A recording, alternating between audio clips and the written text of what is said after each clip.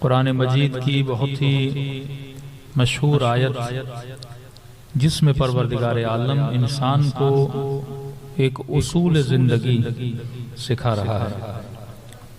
और ये याद रखिए कि कुरान उसूलों की किताब है। ई को ज़रा कम कर दें ताकि आवाज़ क्लियर हो जाए। कुरान उसूलों की किताब है। उसूल का मतलब कि हमें ज़िंदगी करने के उसूल बताए जाएं कि जब आप पाकिस्तान आते हैं तो यहाँ के अपने उसूल हैं, जब आप ईरान जाते हैं वहाँ के अपने उसूल हैं, जब आप इराक़ जाते हैं तो वहाँ के अपने उसूल हैं। तो जब तक इंसान जिस सरहद में रहता है उस इंसान ने वहाँ के उसूलों को फॉलो करना है। तो अल्लाह जो उसूल बनाता है वो उसूल इलाही है कि जिस भी इंसान ने ला इलाहा इल्लल्लाह कहा उस इंसान ने खास उसूलों के तहत जिंदगी गुजारी। जब ला इलाहा इल्लल्लाह कहा, मोहम्मदुर रसूलुल्लाह कहा और उसके बाद अलीयुन वलीउल्लाह कहा। अब विलायत के उसूल भी हमारे ऊपर लागू होते हैं, तौहीद और नबूवत के उसूल भी हमारे ऊपर लागू होते हैं। दूसरी बात, ये कुरान किस्सों की किताब नहीं है, कहानियों की किताब नहीं है कि आप अपने बच्चों को बिठा के ये सुनाएं कि ईसा ने क्या किया, हजरत मूसा ने क्या किया, हजरत इब्राहिम ने क्या किया।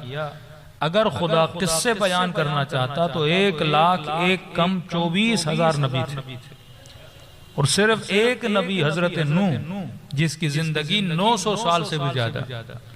अगर खुदा सिर्फ नूह की जिंदगी बयान करता तो शायद 900 किताबें बन जाती। और 1,01,24,000 नबियों की जिंदगी के अगर किस्से सुनाता तो ये लाखों किताबें बन जाती। लेकिन कुरान बार बार एक किस्सा सुनाने के बाद ये बयान करता है कि वातबिरु या उलिल अलबाब, ऐ साहिबान अक्ल, मैं किस्से सुना रहा हूं ताकि तू क्या हासिल करे, इबरत हासिल करे। फिर अमीरुल मोमिनीन नहजुल बलागा में ये फरमाते हैं कि अली ने गुजरे हुए सारे अंबिया की जिंदगी पढ़ी और उनकी जिंदगियों को पढ़ने के बाद अली ने इबरत हासिल की। अब अली के लिए ऐसा है जैसे अली हर नबी की जिंदगी में हर नबी के साथ था।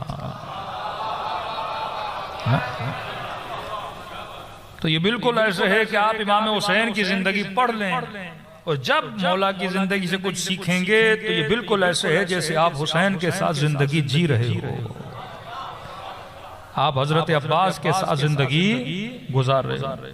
देखो आप भाई एक फिल्म देखते हो ना आप टीवी पे, तो जब फिल्म चल रही होती है तो उसके हर मिनट में आप उसके साथ होते हो और फिल्म खत्म भी हो जाती है वो आपके जहन में आपके साथ होती है। जैसे एक आदमी आपको करबला दिखा दे कि मशी यहाँ से शुरू होती है यहाँ पे खत्म होती है, ये मकाम कफ़े हजरत अब्बास का है, ये मकाम अली असगर का है, ये बैनुल हरमैन है, इस तरफ इमाम हुसैन का हरम है, इस तरफ गाजी अब्बास का हरम है। अब आप फिल्म देख रहे हो और उस देखने वाले बंदे के साथ जो फिल्म बना रहा है गोया आप उसके साथ क्या कर रहे हो, जिंदगी को जी रहे हो। अब यहाँ से आप जब करबला जाओगे आपने सब कुछ देखा हुआ है, आपको पता है कि हरम कहाँ पर है, आपको पता है कौन सा मकाम कहाँ पर है। तो अमीरुल मोमिनीन फरमाते हैं कि मैंने सारे नबियों की जिंदगी पढ़ी और अली ने उनकी जिंदगियों से क्या हासिल की, इबरत हासिल की। अब ये बिल्कुल ऐसा है कि अली हर नबी की जिंदगी में हर नबी के साथ था। तो मकसद कुरान किस्से सुनाना नहीं था, मकसद ये था कि इब्राहिम का किस्सा सुना रहा हूं तो इब्राहिम के किस्से से इबरत हासिल करें, नूह का किस्सा सुना रहा हूं तो नूह के किस्से से इबरत हासिल करे। मजलिस इमाम हुसैन में तुझे करबला सुनाई जाती है ताकि तू इबरत हासिल करे। अगर तेरी जिंदगी में भी कोई करबला आए तो तुझे पता होना चाहिए तू हुसैन के मकाम पे खड़ा है या यजीद की जगह पे खड़ा है।